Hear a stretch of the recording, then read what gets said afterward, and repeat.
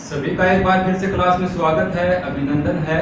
आज अपने जीके की क्लास शुरू करेंगे। जीके में राजस्थान जीके का जो कल्चर वाला पार्ट है उसमें अपने आज पढ़ेंगे सभ्यताओं के बारे में। काफी बच्चों की बहुत ही ज्यादा मांग हो रही थी, सर जीके वाला पार्ट शुरू करो, जीके वाला। टाइम के अभाव के कारण नहीं कर पाए, लेकिन जब भी टाइम मिलेगा जीके वाले पार्ट का 1 या 2 वीडियो 2 या 3 दिन से उपलब्ध करवाएंगे।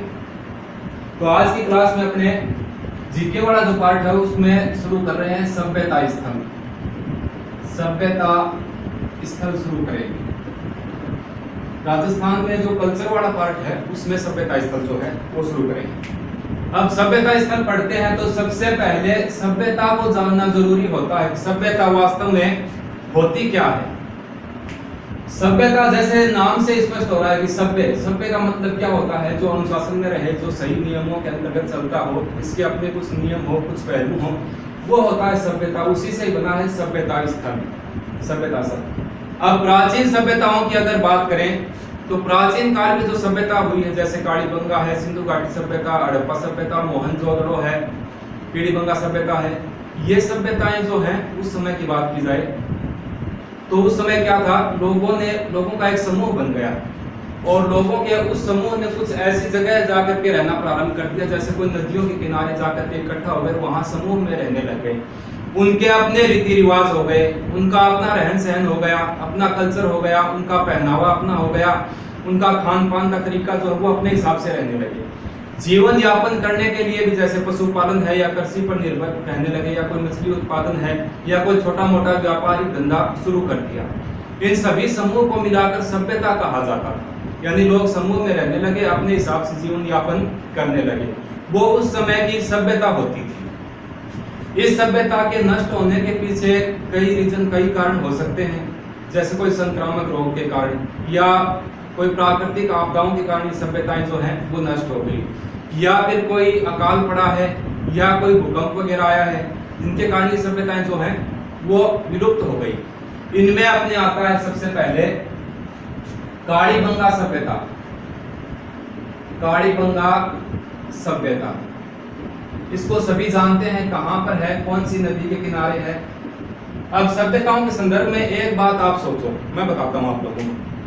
कोई भी एग्जाम है उसमें सभ्यताओं के टॉपिक से 2 क्वेश्चन आते हैं, उन सवाल मुझे बता दो। एक तो है सरल क्वेश्चन, एक आता है डीपली क्वेश्चन, हार्ड, जो गहराई में पूछते हैं। अब जो सरल क्वेश्चन होता है वो 2 टाइप से होते हैं। एक तो ये पूछते हैं कि ये सभ्यता स्थल कहाँ है, जैसे कालीबंगा कहाँ है, डंडीगढ़ सभ्यता स्थल कहाँ है, सुनारी सभ्यता स्थल कहाँ है, बालाथल कहाँ है, बागौर कहाँ है, बैराट सभ्यता स्थल कहाँ है, गिनूर सभ्यता स्थल कहाँ है, इनके स्थान को पूछ लेते हैं। और एक आता है इनके नदियों के संदर्भ में, जो सरल क्वेश्चन है उसमें एक तो इनका स्थान और एक इनकी नदियों का स्थान। जैसे कालीबंगा सभ्यता किसके किनारे विकसित हुआ है, बैराट सभ्यता किसके किनारे विकसित हुआ है, डंडीगढ़ किसके किनारे, सुनारी सभ्यता स्थल कौन सी नदी के किनारे है, बागौर किस नदी के किनारे है। तो इनके एक तो नदियों का और एक होता है इनकी जगह से संबंधित क्वेश्चन। तो ये सरल क्वेश्चन होते हैं, ये सभी बालक जो है वो एग्जाम में सही करके आते हैं कि ये मेरा सही हो गया। लेकिन दूसरा जो डीपली क्वेश्चन आता है वो इस टाइप का क्वेश्चन आता है, उसके ऑप्शंस ऐसे डाले हैं, विकल्प ऐसे डाले जाते हैं कि पहला ऑप्शन, पहला विकल्प जो है वो देखने पर भी ये लगेगा कि हाँ ये सही है, दूसरा भी देखेंगे तो ये सही है, तीसरा ऑप्शन ये भी हो सकता है, चौथा भी हो सकता है। फिर तंग आकर क्या करते हैं, जय बजरंग बली, सी आएगा, सी कर दो, ठीक है, होगा तो ठीक है, नहीं होगा तो गलत सही, तुक्का मारते हैं। लेकिन ऐसा नहीं करना है, मैं आपको डीपली करवाऊंगा पूरा। इनसे जो उत्खनन कार्य में वस्तुएं वगैरह होती हैं उनके अटपटे नाम जो है वो डीपली क्वेश्चन बनाते हैं, वहां से क्वेश्चन फूटक होता है। तो इसका पूरा विवरण पढ़ेंगे। आप पूरा वीडियो देखना, मैं ट्रिक के हिसाब से एक कहानी बताऊंगा आपको, उस कहानी में ये पूरी बात आ जाएगी। एक कहानी बड़ी पुरानी, वो बात यहाँ लागू होगी। पहले इसकी बात कर लेते हैं।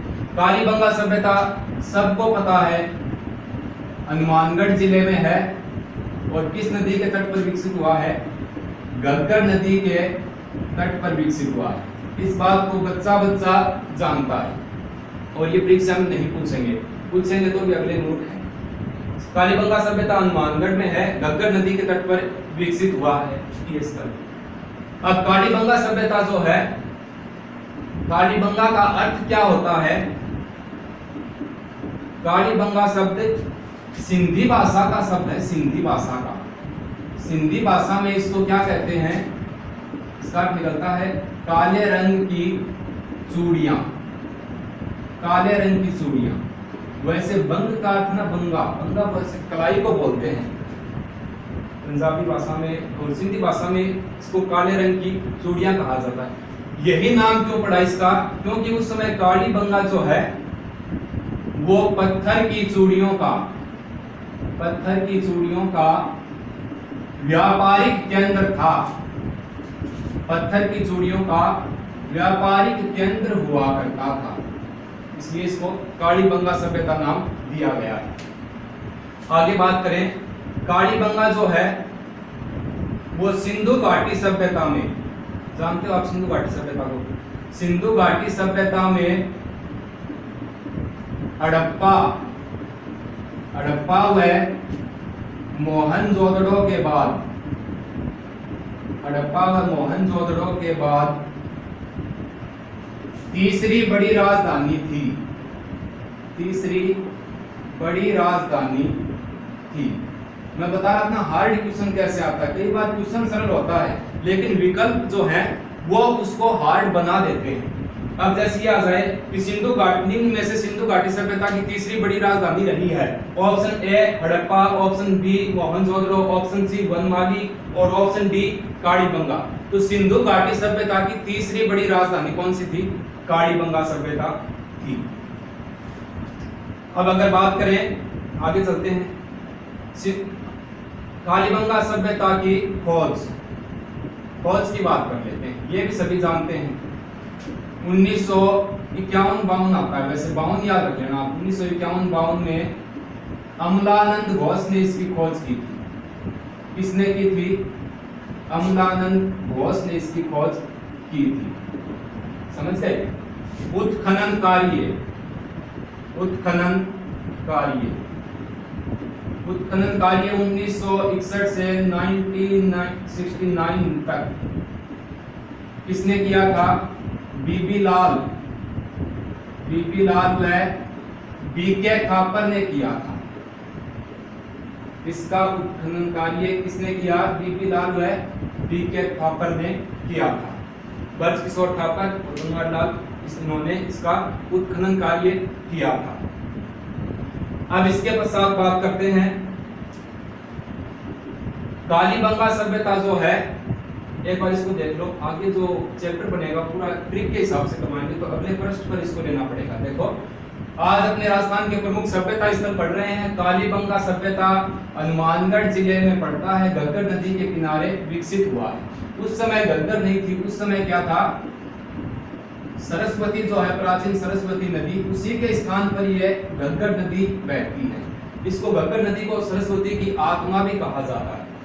घग्गर नदी जो है, सॉरी सरस्वती नदी, इसका संबंध तुषार क्षेत्र से माना जाता है। तुषार क्षेत्र तो आप जानते होंगे, तुषार क्षेत्र उस समय मीरपुर पर्वत जो है ना, कैलाश पर्वत की साइड में मीरपुर पर्वत, वो क्षेत्र था इसका। और इसी नदी का नाम ऋग्वेद में भी आता है। ऋग्वेद में इसे, इस क्षेत्र को कहा गया, वैसे सारस्वत क्षेत्र कहा गया है। थोड़ी सी बातें साइड की बता देते हैं। घग्गर नदी जो है, वर्तमान घग्गर नदी, ये प्राचीन जो सरस्वती नदी है उसके स्थान पर बहती है। सरस्वती की आत्मा है ये नदी, और ये नदी सरस्वती नदी के स्थान पर बहती है। ये अपने जो काजरी रिसर्च सेंटर है जोधपुर, उसने ये बात की, इस बात की पुष्टि की है कि घग्गर नदी सरस्वती नदी के स्थान पर बहती है। सरस्वती नदी जो है, इसका उद्गम स्थल या इसका क्षेत्र तुषार क्षेत्र यानी मीरपुर पर्वत वाला क्षेत्र माना जाता है प्राचीन समय में, जो कि ऋग्वेद में इसका वर्णन मिलता है। ऋग्वेद में इसको सारस्वत क्षेत्र कहा है। वैसे घग्गर नदी जो है, ये शिवालिक की पहाड़ियां हिमाचल प्रदेश से निकल कर आती है और टिब्बी हनुमानगढ़ से राजस्थान में प्रवेश करती है। आंतरिक प्रवाह की सबसे बड़ी नदियों में शुमार है। कालीबंगा सिंधी भाषा का शब्द है, इसका अर्थ होता है काले रंग की चूड़ियां। अब क्यों नाम पड़ा, क्योंकि उस समय कालीबंगा जो है वो पत्थर की चूड़ियों का एक बड़ा व्यापारिक केंद्र हुआ करता था। सिंधु घाटी सभ्यता में हड़प्पा और मोहनजोदड़ो के बाद तीसरी बड़ी राजधानी कालीबंगा हुआ करती थी। कालीबंगा सभ्यता की खोज 1951-52 में अमलानंद घोष ने की थी। अगर एग्जाम में आएगा तो ऑप्शन ए 1951, ऑप्शन बी 1952, ऐसा कभी नहीं आता है। एक ही ऑप्शन आएगा, ओब्लिक करके अगर दूसरे ऑप्शन में डालेंगे तो ओब्लिक करके डालेंगे इसको। उत्खनन कार्य 1961 से 1969 के मध्य बीबी लाल व बीके थापर ने इसका उत्खनन कार्य किया था। ये तो इसके बारे में मोटी मोटी बातें हैं, ताकि आप साथ साथ नोट्स बनाना चाहो तो बना लेना। मैं थोड़ा डीपली करवाऊंगा, अच्छे से करवाएंगे और ट्रिक के हिसाब से करवाएंगे। रोजाना जीके की क्लास नहीं भी हो पाई तो मनोविज्ञान की क्लास तो रोजाना मैं करवाता हूँ। वो क्लास होगी जीके की क्लास के लिए एक दिन छोड़कर एक दिन, यानी कि एक बीच में गैप आएगा, उसके पश्चात करवा देंगे।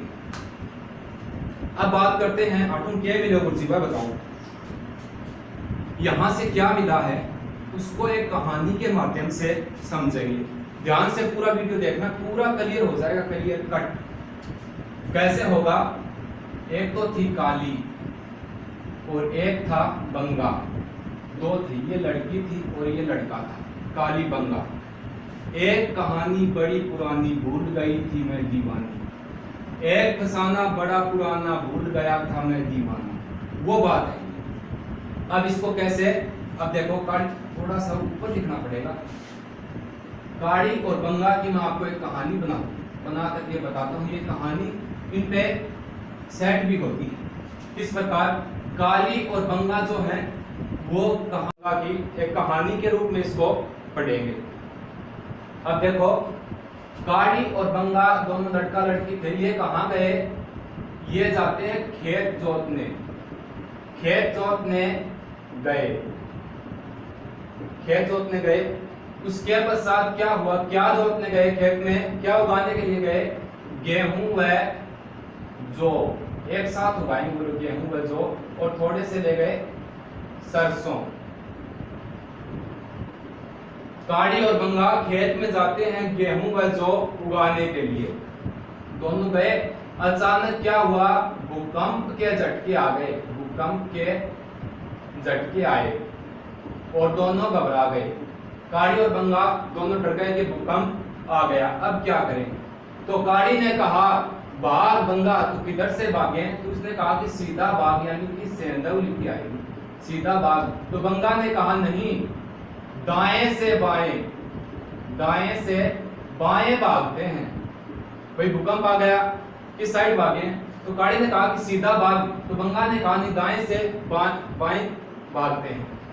अब फिर क्या हुआ, न तो दाएं से बाएं भागे, सीधा ही कपास उगा रखी थी, नरमा उगाए तो नरमे से सीधा, यानी कि कपास से होकर भागे। कपास खड़ी थी खेत में, कपास से होकर के भाग गए। भाग करके दोनों घर पहुंचे। घर पहुंचते अब देखो भूकंप आया हुआ तो मकानों के अंदर तो जाते नहीं है, आंगन में बैठ गए। आंगन में भी कहां बैठे, बड़ा चूल्हा, एक बड़ा चूल्हा बना हुआ था, उसके पास बैठ गए, जो चूल्हा तंदूर के समान था, उस चूल्हे के पास दोनों बैठ जाते हैं। अब काली जो थी, इन तो ले लियो हाथ में, के लियो माता देवी की मूर्ति। काली ने हाथ में माता देवी की मूर्ति ले ली कि हे माता आप ही बचा सकती हो।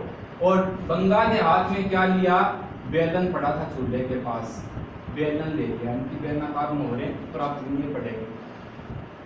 बंगा ने बेलन ले लिया हाथ में, काली ने माता देवी की मूर्ति हाथ में ले ली कि माता बचा। अब दोनों वहां पर बैठ गए। फिर क्या हुआ, ये जो चूल्हे के पास बैठे थे दोनों, काली और बंगा, इनके ऊपर एक अलवारी बनेगी थी, अलवारी में रखा था बाट, तोलने के पत्थर के बाट आते हैं ना वो, यानी ऊपर पड़े थे पत्थर के तोलने के बाट, तोलने के बाट पड़े थे। वो बाट गिर गए बंगा के सिर में, बंगा के सिर में हो गए कितने, खोपड़ी में 6 छेद हो गए, खोपड़ी में 6 छेद हो गए, इसके बंगा के। देखो एक बार इनको समझ लो, पूरा विवरण मैं बता दूंगा, इससे आपको याद हो जाएगा क्या क्या यहाँ पर मिला है। माता देवी की मूर्ति लेकर बैठे, बेलन लेकर के बैठ गया बंगा, इनके ऊपर एक अलवारी में पड़ा था बाट, बाट गिर गए बंगा के सिर के ऊपर, इसके खोपड़ी में गिरे तो खोपड़ी में 6 छेद हो गए। इसको क्या कहते हैं, हाइड्रोस्पोलिस, यानी कि 88 पोलिस होगी, हाइड्रोस्पोलिस, खून आ गए ना। फिर क्या हुआ, इन्होंने सिर में छेद हो गए, फिर इन्होंने देखा कि भूकंप जो आया इसके साथ बारिश आ गई, बड़े बड़े स्नानागार थे ना, स्नानागार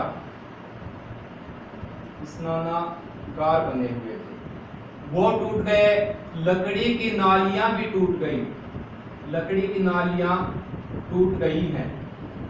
इन्होंने देखा कि भूकंप के कारण बड़े बड़े स्नानागार बने थे इनके घर में, वो टूट गया, और लकड़ी की नालियां थी वह भी टूट गई। तो काली ने कहा बंगा अब क्या करें, दोनों वहां से घर से निकलकर भागे। तो इन्होंने कहा कि अपने गांव के पास में 2 टीले बने हुए, टीलों पर चलते हैं। तो पास में 2 टीले बने हुए थे।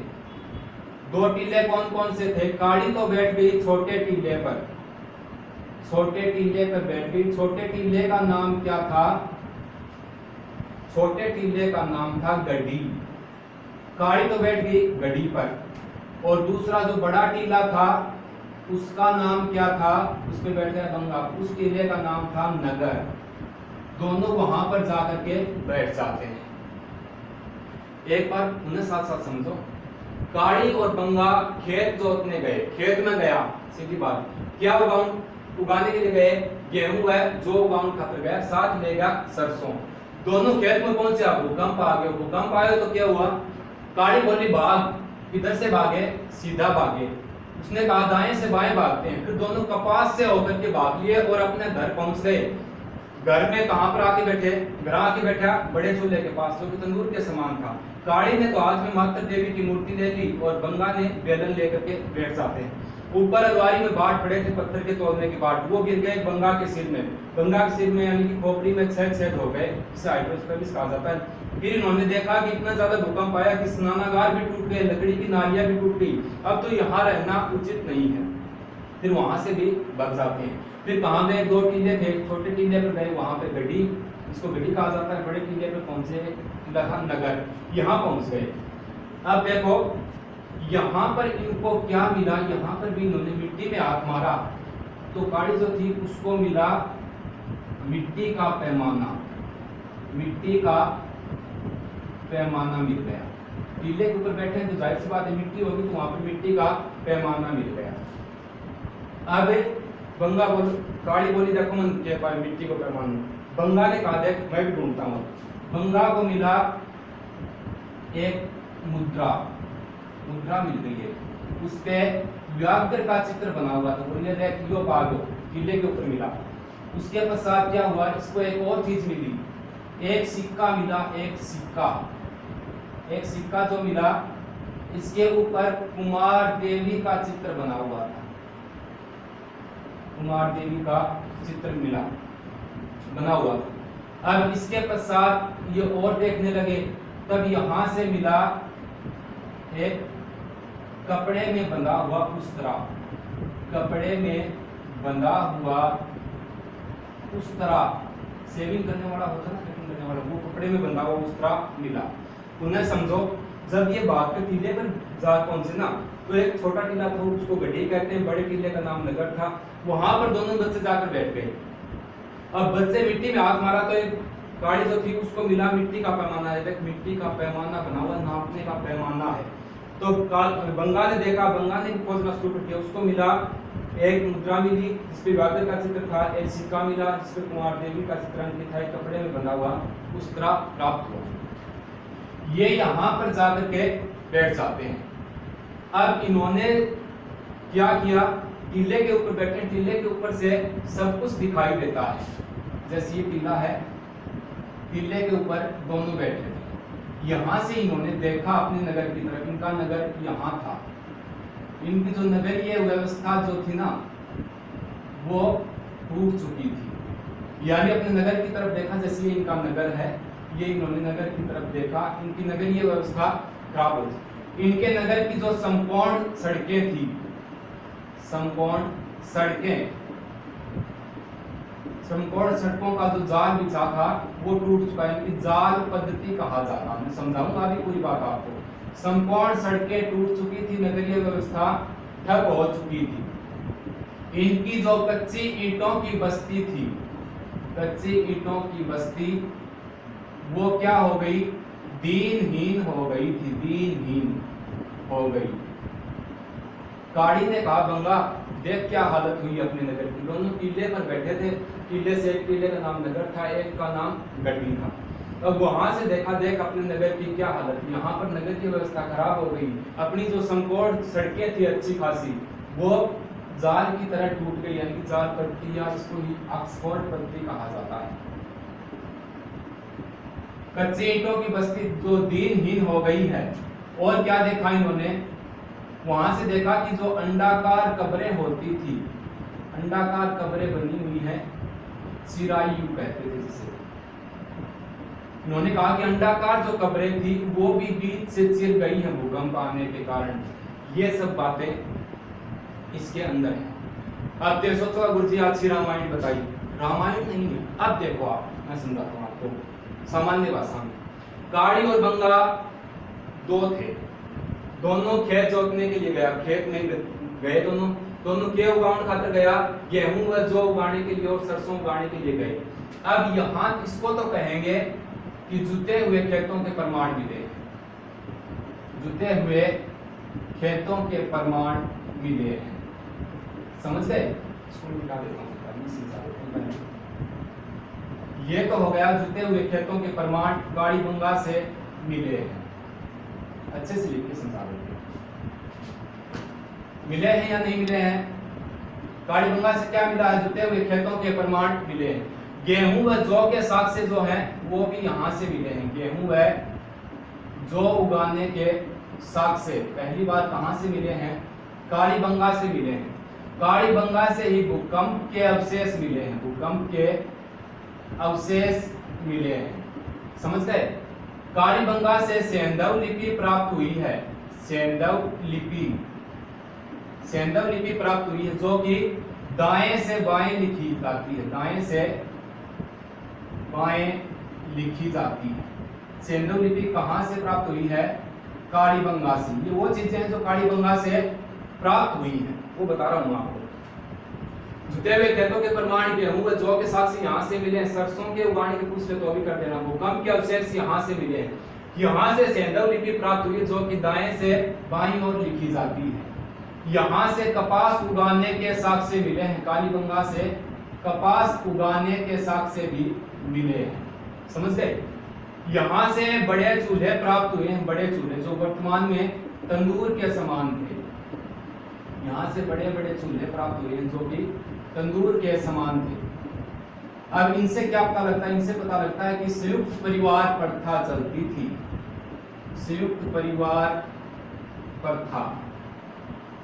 कैसे पता लगेगा, बड़े चूल्हे हैं तो इससे ज्ञात होता है कि काफी लोगों का खाना जो है वो एक साथ बनता था। यहाँ से बड़े चूल्हे प्राप्त हुए हैं। यहाँ से मातृ देवी की मूर्ति प्राप्त हुई है, इससे ज्ञात होता है कि परिवार जो है वो मातृ सत्तात्मक होते थे, यानी माता के अनुसार परिवार चलते थे। एक तो मूर्ति लेके बैठ गए बेलन, तो बेलन का मतलब क्या हुआ, यहाँ से बेलनाकार मोहरे मिली हैं, बेलनाकार मोहरे प्राप्त हुई हैं जो कि मेसोपोटामिया, मेसोपोटामिया से संबंधित हैं, जो कि मेसोपोटामिया से संबंधित हैं, समझ गए होंगे अब तो आप। मातृ देवी बेलनाकार, बेलन लेके बैठा इनकी बेलनाकार मोहरे प्राप्त हुई है। यहाँ से पत्थर के तोलने के बाट प्राप्त हुए हैं, ये सेम ही हो जाएगा। यहाँ से पत्थर के बाट यानी कि तोलने के बाट जो है वो प्राप्त हुए हैं। यहाँ से बच्चे की खोपड़ी प्राप्त हुई है, यहाँ से बच्चे की खोपड़ी प्राप्त हुई है जिसके अंदर 6 छेद थे, ये सेम याद रखना, खोपड़ी में 6 छेद थे। ये बच्चे की खोपड़ी कालीबंगा से प्राप्त हुई है जो कि शल्य चिकित्सा को दर्शाता है, शल्य चिकित्सा को दर्शाता है। इसको ही वैज्ञानिक भाषा में हाइड्रोस्पोलिस कहा जाता है। इसको कैसे याद रखोगे कि वो काड़ी और बंगा दोनों बैठे थे, ऊपर से तोलने के बाट पड़ा सिर में, और क्या हो पोलिस सी होगी, कठेला की आठेसी, हाइड्रोस्पोलिस, आठेसी पोलिस होगी, हाइड्रोस्पोलिस कहा जाता है। यहाँ से ही विशाल स्नानागार प्राप्त हुए हैं, लकड़ी की नालियों के भी साक्ष्य सर्वप्रथम कालीबंगा से ही प्राप्त हुए। कालीबंगा सभ्यता से ही दो बड़े टीले प्राप्त हुए हैं। छोटे टीले का नाम है गढ़ी और बड़े टीले का नाम है नगर। अब यहाँ से ही इन तीनों के आसपास मिट्टी का पैमाना प्राप्त हुआ है। एक मुद्रा प्राप्त हुई है जिस पर व्याघ्र का चित्ते का निशान था। एक सिक्का भी यहाँ से प्राप्त हुआ है जिस पर कुमार देवी का चित्र अंकित था। इससे ज्ञात होता है कि परिवार मात्र सत्तात्मक होते थे। यहाँ से कपड़े में बंधा हुआ उस्तरा प्राप्त हुआ है। अब यहाँ से ही मैंने आपको बताया कि कालीबंगा सभ्यता नगरीय सभ्यता थी। नगरीय सभ्यता थी।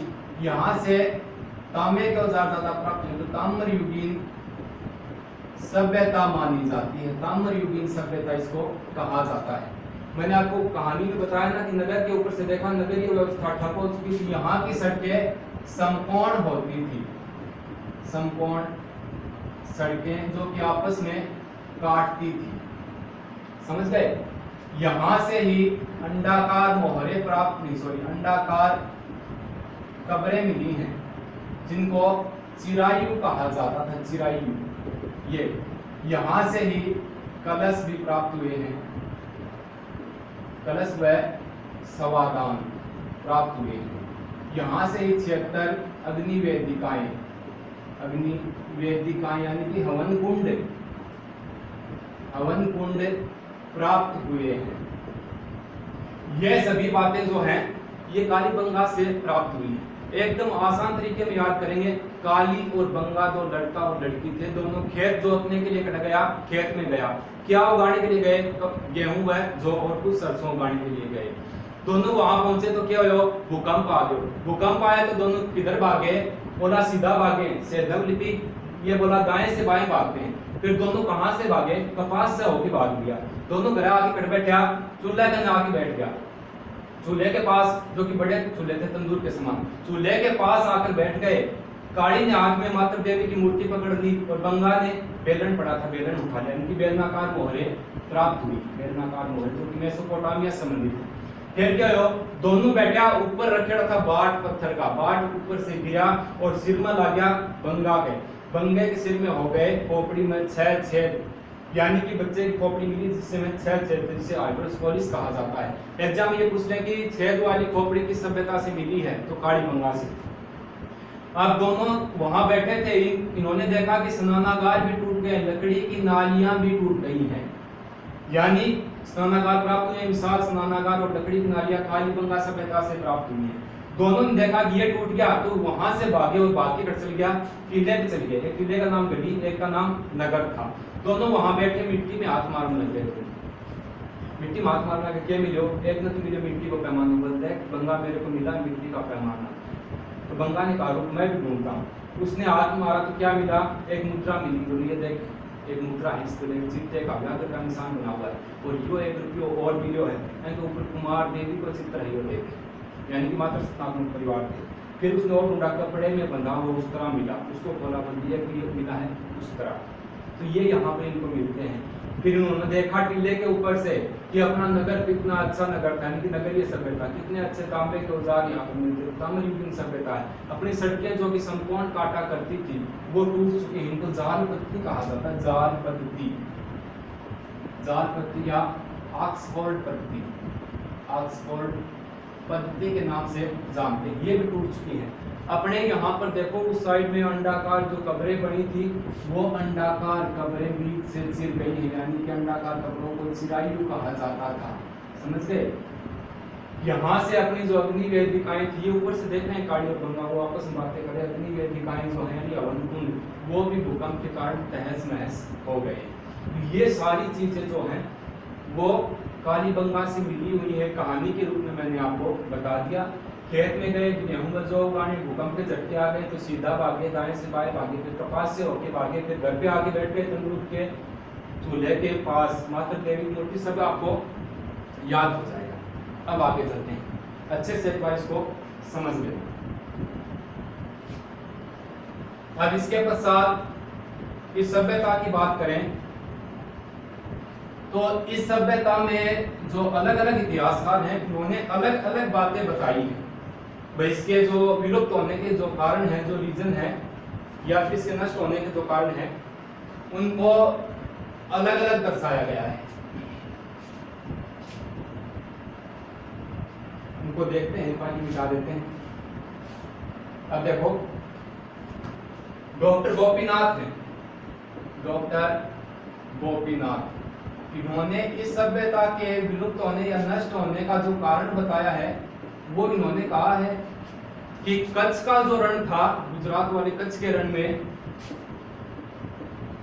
कच्छ के रण में मिट्टी का जमाव होने के कारण, कच्छ के रण में मिट्टी का जमाव होने के कारण, एक बात समझो, कच्छ का रण यहाँ से काफी दूर पड़ता है, गुजरात वाला क्षेत्र, ये पंजाब वाला क्षेत्र।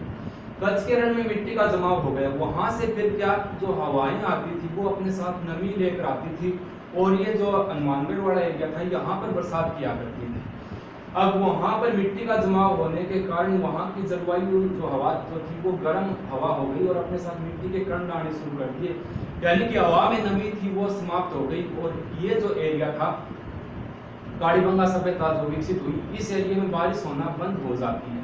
उसके कारण एक अकाल पड़ा, जिसकी वजह से कालीबंगा सभ्यता जो है वो नष्ट हो जाती है।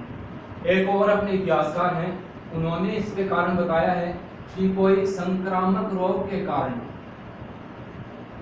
संक्रामक रोग के कारण ये सभ्यता जो है वो विलुप्त हो गई। लेकिन इसका सही अनुमान बाद में ये आया कि घग्गर नदी में, या उसमें सरस्वती नदी जो थी, उसमें अत्यधिक उफान के कारण, यानी घग्गर नदी या सरस्वती नदी हुआ करती थी, वो अपने परले पर आई और वो अपने साथ इस सभ्यता को नष्ट करके बहा कर ले गई। पीछे बचे तो सिर्फ इसके अवशेष बचे हैं। तो ये कालीबंगा सभ्यता के कुछ बातें थी। इसको रेडियो कार्बन 14, रेडियो कार्बन 14 यानी कि C14 बोलते हैं ना, इसके द्वारा क्या किया जाता है, पुराने जो स्थल हैं उनकी जांच के लिए रेडियो कार्बन 14 पद्धति जो है वो काम में ली जाती है। ये कुछ बातें थी कालीबंगा सभ्यता के बारे में, मैंने गहराई से आपको करवाने का प्रयास किया है। और ज़्यादा करवाते तो वो इतना एग्जाम में आने वाली बातें नहीं है, फालतू की बातें ज़्यादा थी। जो भी इम्पोर्टेंट क्वेश्चन इसमें बने वो मैंने आप लोगों को करवाने का प्रयास किया है। ज़्यादा से ज़्यादा आप शेयर करना, जुड़े रहना, एक दिन छोड़कर एक दिन नेक्स्ट डे जीके की क्लास के लिए टाइम निकालेंगे, करवाएंगे आप लोगों को अवश्य। और मनोविज्ञान की क्लास में लगातार करवा